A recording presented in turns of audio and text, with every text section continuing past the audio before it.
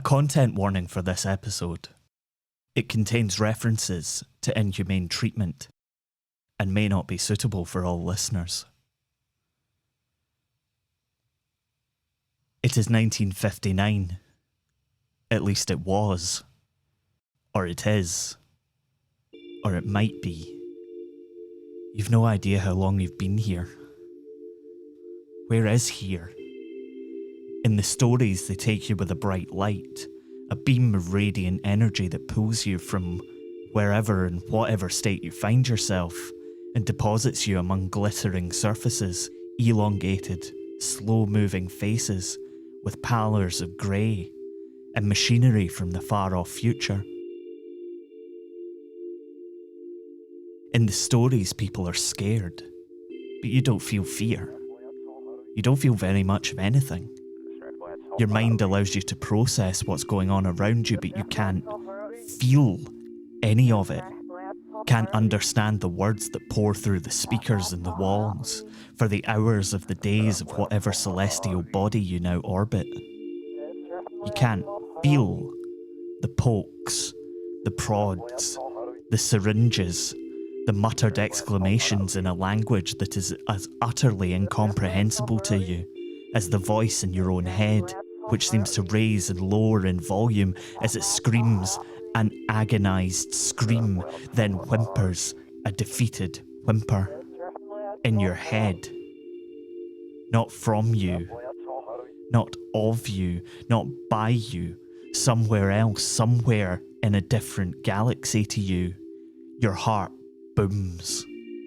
The walls pass from solid to liquid, to gas, all the while the refrain of the speaker thrums away, the faces which warp and fade between their greys and the most vivid colours under the lights which kaleidoscope back and forth, leaving you in equal parts mesmerised and traumatised, unable to look at the most consistent thing in the room, because every time you do, something different is there. Sometimes it's the burning of 1,000 suns. Others you can see and hear and feel the hum of every single tiny filament stinging your skin like buzzing hornets or flitting like millions of fireflies, refusing to coalesce. You think you can feel it. Somewhere outside you there's violent whine and a little thud, like a little hammer hitting a little metal shell. It lights up everything in your mind. Even with your eyes closed and behind a blindfold, you feel like you're there, and then you're not there. You're beside yourself, you're inside yourself, you're everywhere and nowhere. A dream is a dream is a dream is a dream until it's not a dream, and the fantasy you once had of being taken by aliens and transported to a different world to meet their ambassadors who give you the beautiful foods of their people and tell you all about their culture, tell you how much they admire the people of Earth, is nothing like the fantasy you'd held in your head when you could hold things in your head. You are a hostile person. Anything but the relentless voice which becomes yours, your friends, your mothers, your fathers, your long-forgotten ancestors, speaking to you through time. A hostile person? How long have you been here? You are a hostile person. You're a hostile person. This is Scotland, a podcast about history and where we made it. I'm Michael Park. You are a hostile person. How long would you have to stay? In a room full of swirls and lights and walls that came and went. A room with a soft bed and rough material around your wrists and ankles. How long would you be restrained aboard this vessel, spinning through space, orbiting God only knows where? What did they want with you?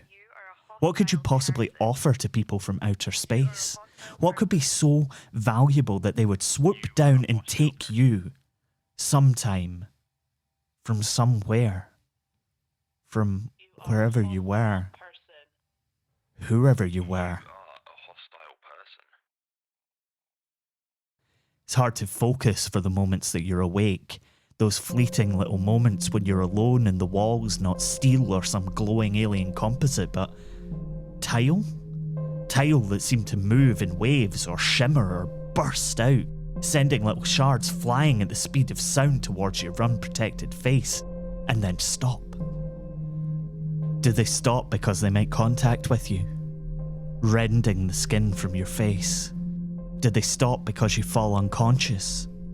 Did they stop at all? Were you ever conscious? Were they ever really there at all?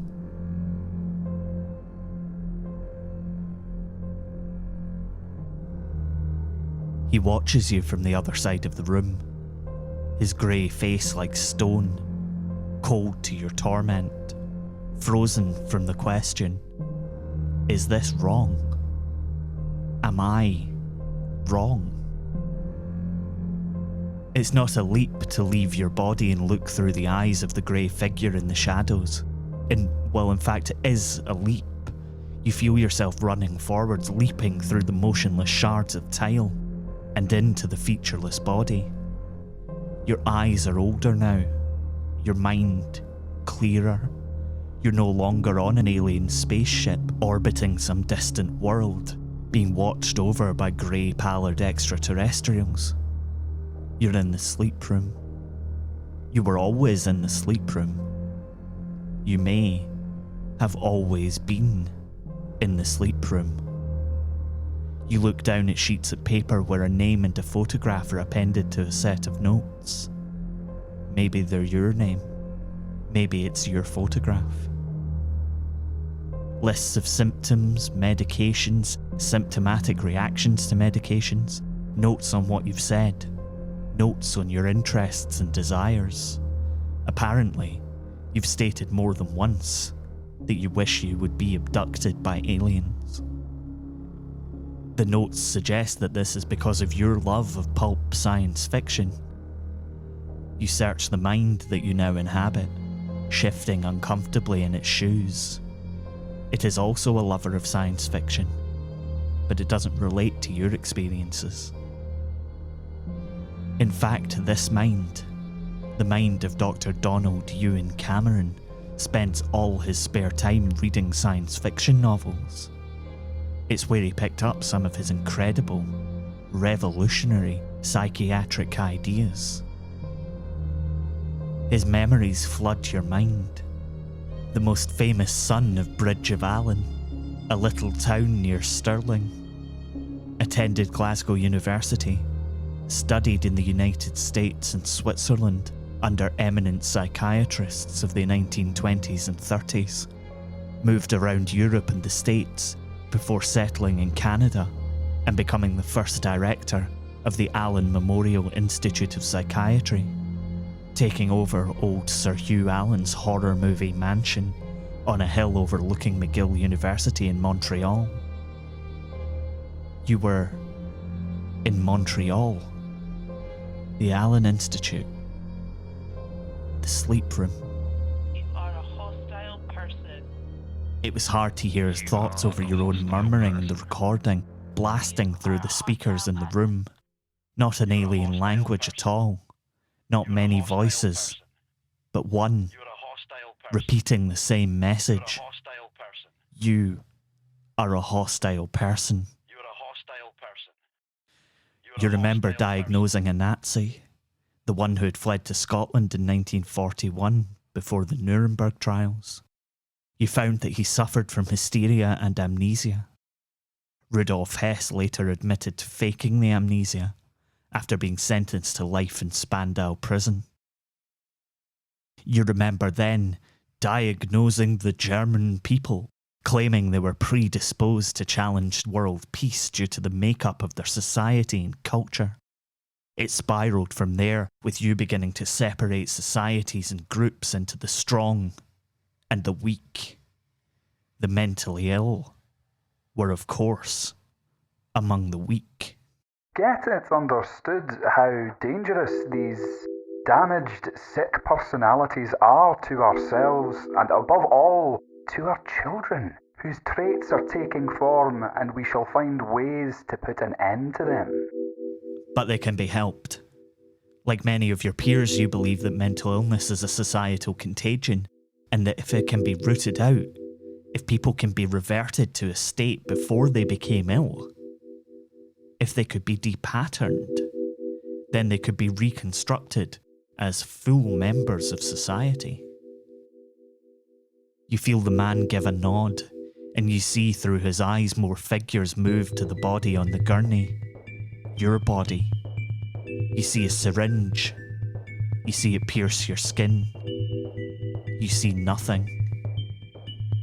They recover your eyes. Not that it matters. Whatever swims in your veins has put you back to sleep. Dr. Cameron's sleep room was a psychiatric marvel. It was believed that he could cure people from the lavish stable building of the old Allan mansion. He would use pioneering techniques, and you would want to go, because you were suffering. And this man, the former president of the American Psychiatric Association, the current president of the Canadian Psychiatric Association, and the future president of the World Psychiatric Association, could help. Would help. Whatever it took. He would make you better. If you support us on Patreon, then you might well know this already, but we've just added loads more to our tiers, meaning that you can now get awesome stuff from Scotland, our side project Sleep Stories, our composer Mitch Bain, and artist Jamie Mowat, all for pretty much the same price as our previous tiers. If you want to support the show, this is a great way to do it, and you can get some fun stuff to go along with it. Join us, won't you? At patreon.com/BeQuietMedia.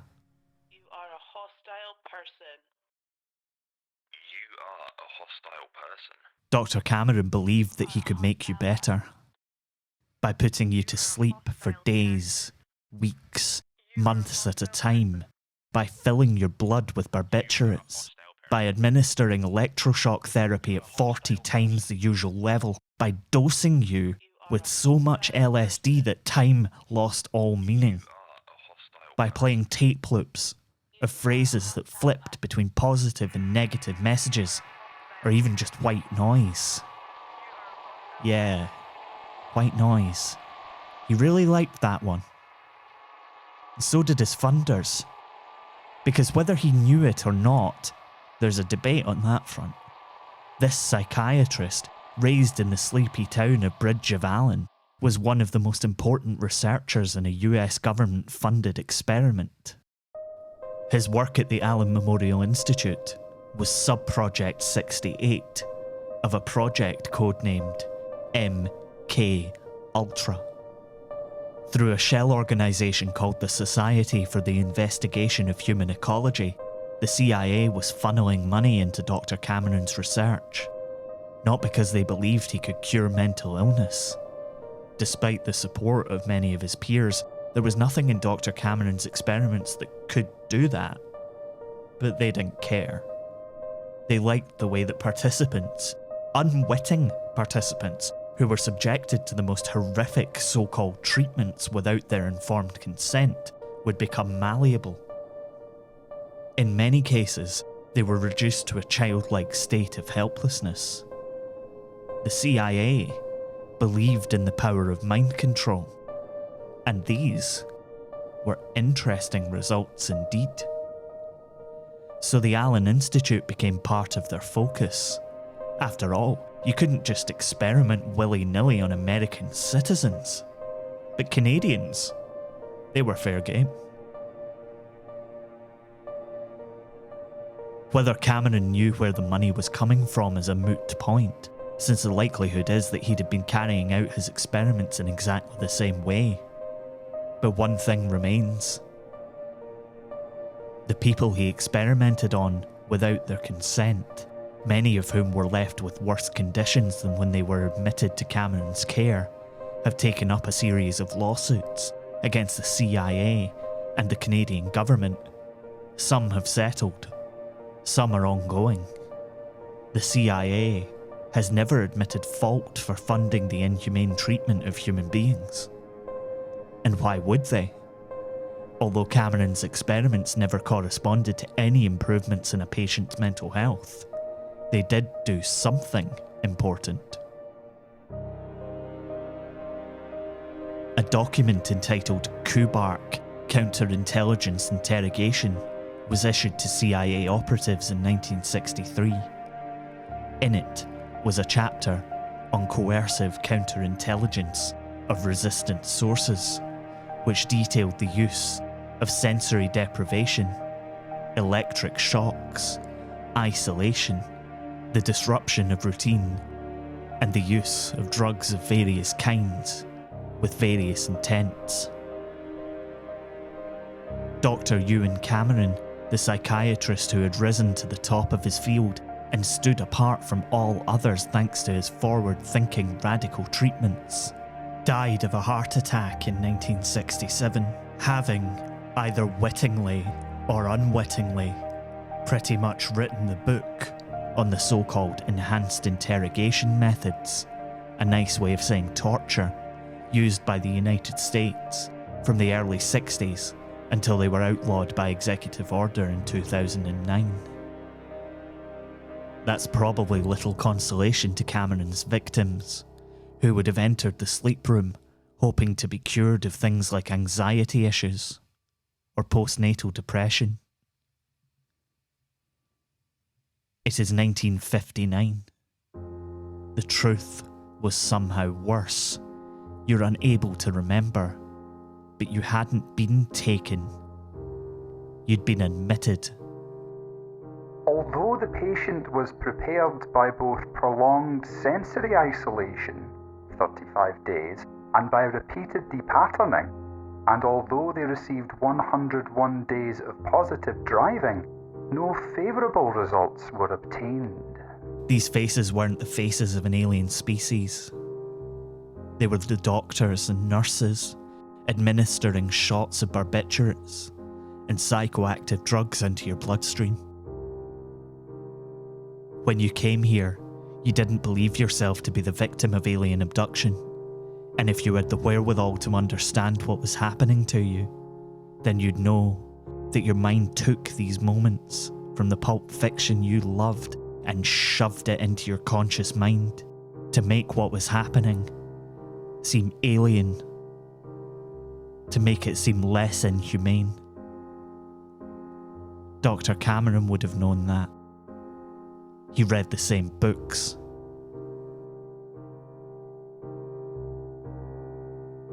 Did you feel trust? Never again. Did you feel hope? Never again. Did you feel anything? Never again.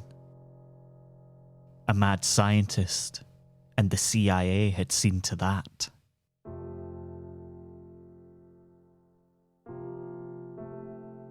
You've been listening to Scotland.